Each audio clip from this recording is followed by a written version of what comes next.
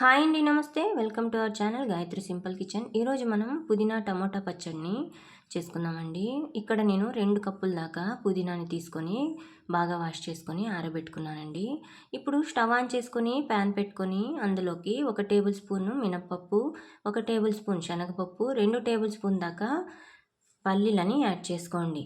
ఇందులోకి 1/2 table spoon దాకా ధనియాలను కూడా యాడ్ చేసుకోండి. వీటన్నిటిని ఇలా బాగా డ్రై రోస్ట్ చేసుకోండి. వీటికి ఆయిల్ వేసుకునే పని లేదు. ఇప్పుడు ఇవి కొద్దిగా రంగు మారినాయి కదండి, తీసి పక్కన పెట్టుకుందాం, చల్లారబెట్టుకుందాం. ఇప్పుడు అదే ప్యాన్లో 2 టేబుల్ స్పూన్ దాకా ఆయిల్ని యాడ్ చేసుకొని ఒక 10 నుంచి 12 పచ్చిమిర్చిని ఇలా విరగొట్టుకొని ఇందులోకి యాడ్ చేసుకోండి.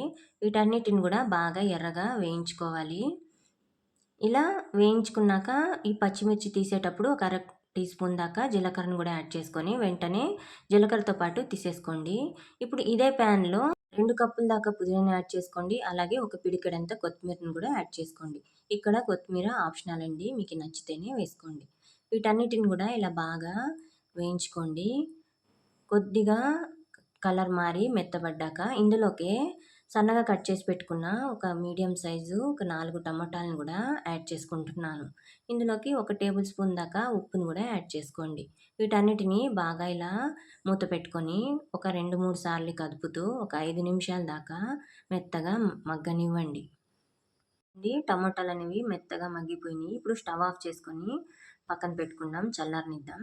ఇప్పుడు ఒక మిక్సీ జార్ తీసుకొని మనం డ్రై రోస్ట్ చేసుకున్న ఈ దినుసులని యాడ్ చేసుకొని బాగా మెత్తగా పౌడర్ లాగా మిక్సీ పట్టుకోవాలి.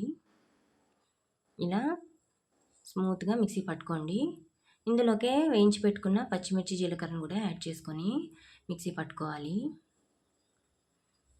ఇప్పుడు ఇలా మిక్సీ పట్టుకున్నాక మనం వేయించి పెట్టుకున్న టమోటా పుదీనాని కూడా ఇందులోకి యాడ్ చేసుకుంటున్నాను.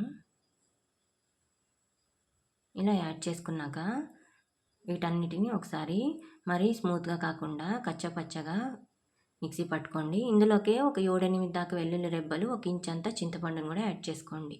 వీటన్నిటిని ఇలా మిక్సీ పట్టుకొని ఒక బౌల్లోకి తీసేసుకుంటున్నాను. ఇప్పుడు ఈ పచ్చడికి పోపు వేసుకుందామండి. ఇక్కడ స్టవ్ ఆన్ చేసుకొని ఒక గిన్నె పెట్టుకొని ఒక 2 టేబుల్ స్పూన్ దాకా ఆయిల్ని యాడ్ చేసుకున్నాను.